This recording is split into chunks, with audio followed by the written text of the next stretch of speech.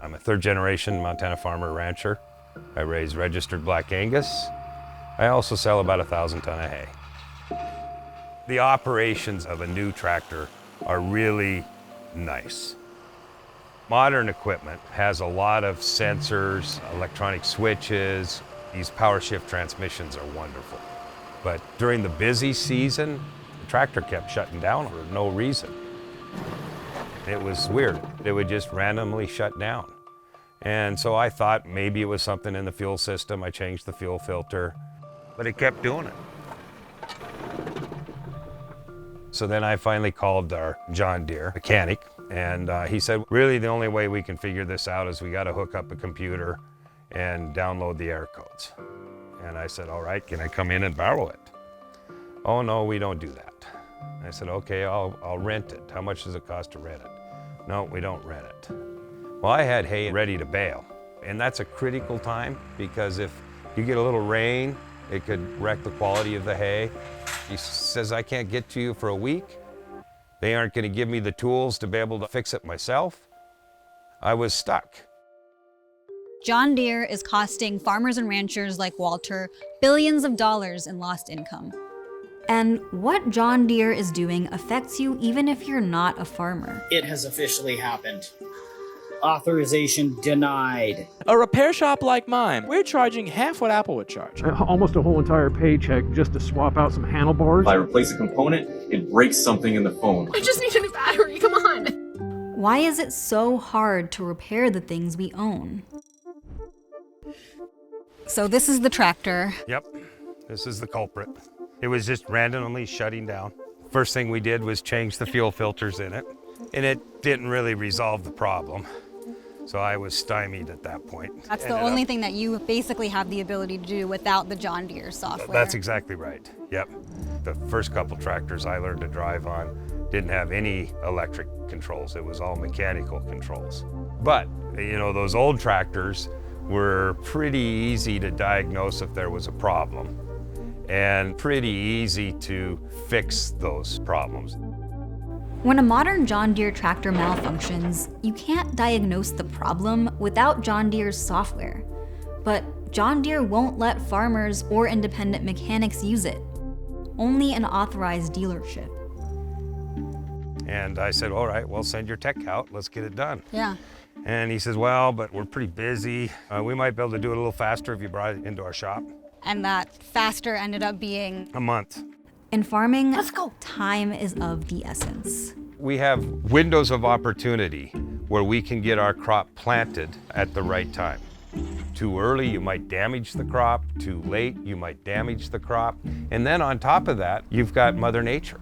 If Walter didn't bale his hay quickly, he stood to lose hundreds of thousands of dollars. On top of that, the repair wasn't cheap. The part itself was about $150, $160. And the labor to actually change that part was about $300. But my bill was almost $5,000. This is why those repair restrictions exist. Service and repair work can yield John Deere 5 times more profit than new equipment sales. John Deere's profits grew by 61% in recent years, and their CEO's salary grew by 160%. Was just a faulty sensor. It only took them, a couple hours to swap it out. Is that something you could have done yourself? Oh, certainly. Yep. Okay. As long as I had the software and the computer to reprogram the sensor. So you need the software both to diagnose the problem and then also make the actual part repair. Yep, that's right. That strategy of requiring software to install a new part, it's called parts pairing. And it was invented by Apple, who's been a real leader in the anti-repair space. They also glue in phone batteries so you can't just swap them out when they die. And they use proprietary screws to make it harder to get into their product. Other companies have followed suit, making it more expensive for us to fix our devices, kitchen appliances, video game consoles, cars, and so much more. Harley-Davidson Screamin' Eagle parts only and only installed by Harley-Davidson mechanics. If you install anything on your motorcycle, your warranty is voided. Taylor, the manufacturer of McDonald's ice cream machines, makes 25% of their profits from repairs. So, like John Deere, they lock their machine software so only an authorized technician can fix them. And stores end up waiting weeks for one to arrive, which is why McDonald's soft serve machine is always broken. Y'all wonder why the ice cream machine's still broken. For 3 generations, Walter and his family have been fixing their own equipment. But now, John Deere isn't just restricting them from doing so. They're arguing that farmers don't actually own their tractors. So, a quick primer on property rights. If I go into a bookstore and buy a book, I can confidently say I own it. I can do whatever I want with it. Read it, lend it, resell it. I can even take a power tool to it and turn it into a lamp. This is all thanks to a very old provision of copyright law called the First Sale Doctrine. Once a copy is sold to a member of the public, the publisher or the rights holder no longer has control over that copy. That's how we have public libraries in the United States, for example. It's why we have used record stores and Goodwill. The First Sale Doctrine draws a clear line between intellectual property and the personal property of consumers. But in the digital age, that line is becoming blurry. If I go to Amazon's ebook store, I'm clicking a button that says buy, and I'm paying them money. But according to Amazon, I didn't buy anything. I only licensed it. When you frame a transaction as licensing instead of selling, the consumer rights we get with the First Sale Doctrine don't apply anymore. Instead, those rights remain with, in this case, Amazon, who can put all sorts of restrictions on us. So, according to the contract I agreed to when I bought this book, I can only read this ebook using an Amazon-approved device if I have an active Amazon account. I can't loan it, make copies of it, or resell it. And Amazon will make extra sure I don't do any of those things by putting digital locks on their ebooks that would stop me if I tried. It's like renting a book with an invisible string that ties it to the seller. That invisible string is called Digital Rights Management, or DRM, and you'll find it on almost every digital product: software, music, movies, books, video games. And if you figure out how to get around your ebook's DRM to lend it to a friend anyway, you'd be violating the Digital Millennium Copyright Act. Companies are using the DMCA to justify lots of dystopian things, like slapping subscription fees onto our printers and toothbrushes. We dug into that in another video you can check out here. So, this book I can lend, this one I can't because I'd be violating copyright law? It doesn't really make sense. But John Deere is applying that same twisted legal logic to farmers who want to fix their equipment worth millions of dollars. They told the Copyright Office that farmers aren't paying for the copyrighted software that runs their tractors. They're paying for a license to operate their tractors. Do you think it's fair that farmers and ranchers will pay $300,000 or $1 million to purchase a combine or a tractor to not own it? We're not leasing it, we're buying that. The gadgets that are in it are part of that equipment, and the technology that runs that gadgets is part of that equipment. We thought when we bought that tractor that we bought that tractor lock, stock, and barrel. Now, you might be wondering, if farmers don't own their tractors because they run on software, doesn't that call into question whether we truly own any of our smart devices? Car companies certainly think so. General Motors told the Copyright Office that the software in your vehicle is licensed to you, so it's GM who owns the vehicle through its entire life.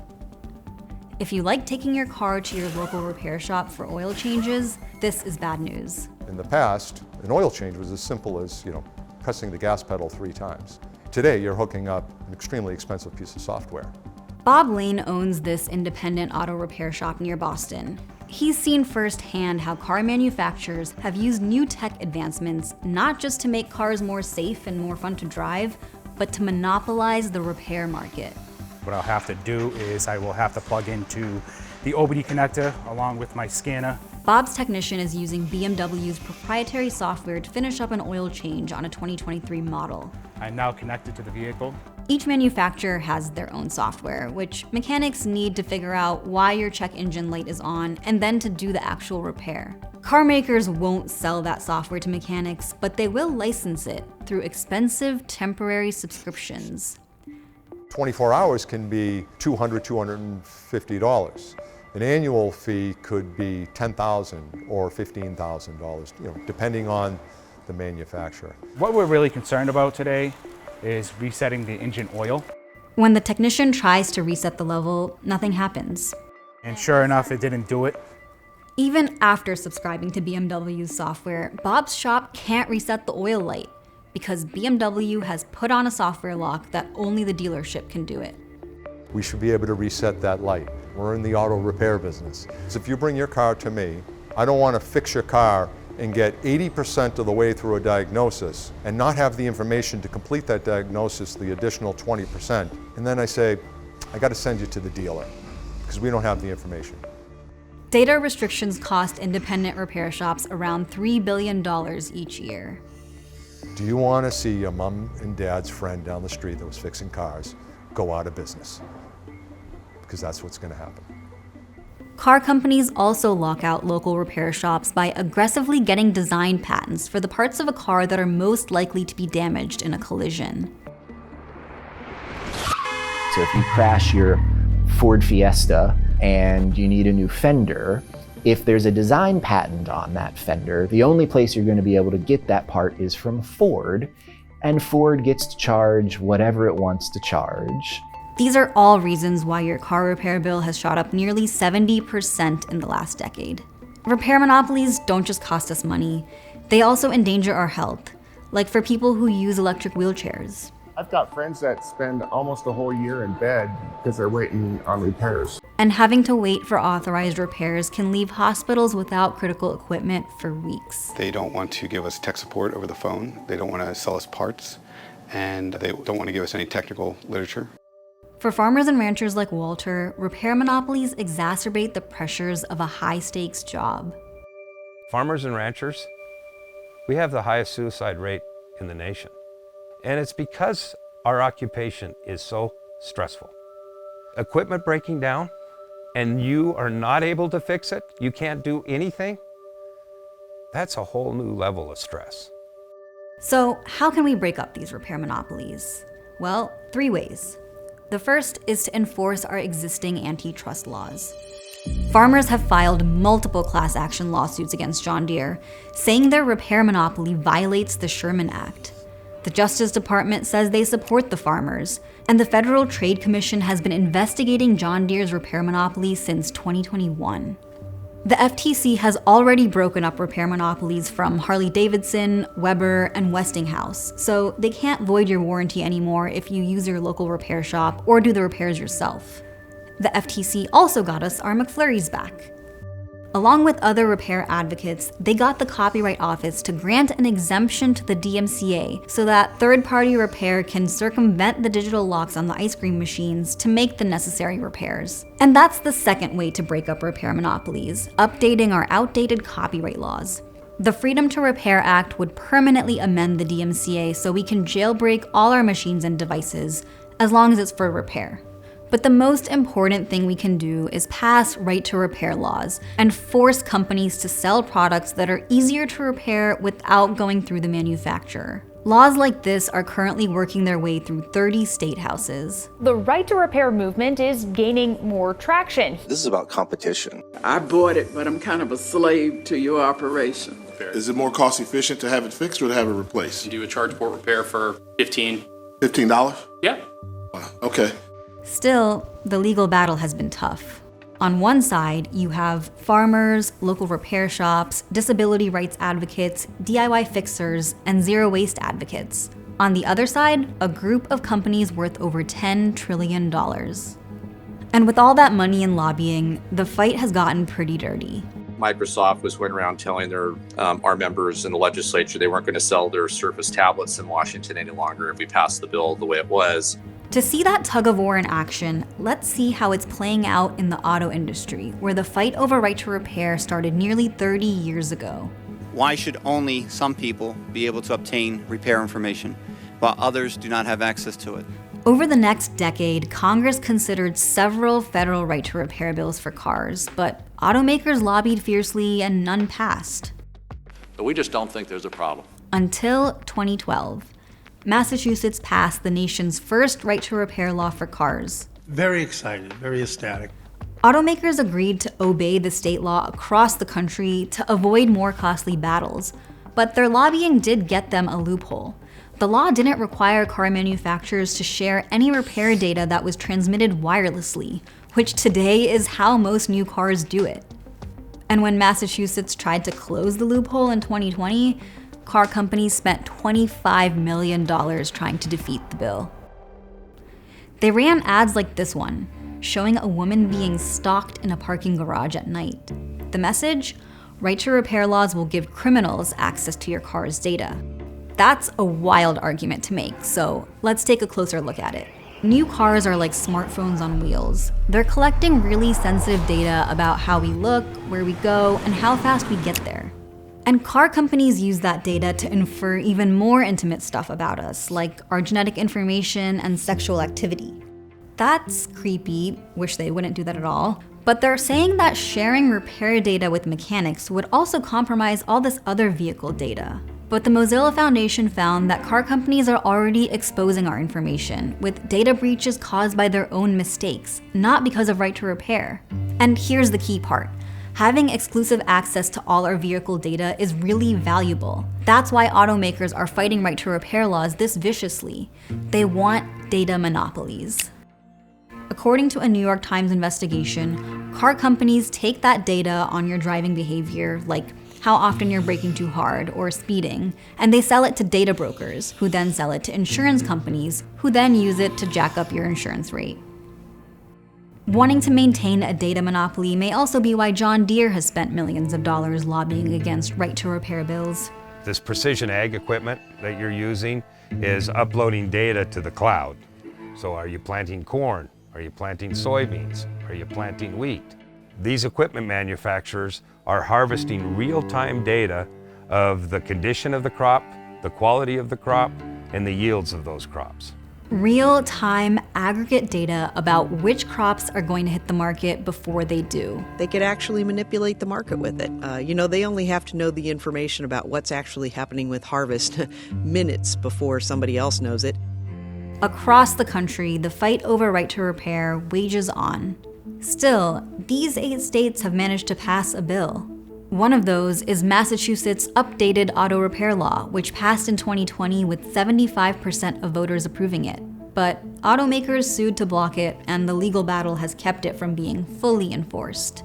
The most comprehensive law is Minnesota's. It grants the right to repair for consumer electronics and home appliances, but it leaves out farm equipment and wheelchairs. Colorado's law does cover farm equipment and wheelchairs, and it, along with Oregon, also makes parts pairing illegal, so manufacturers can't use software to stop you or a local repair shop from installing replacement parts.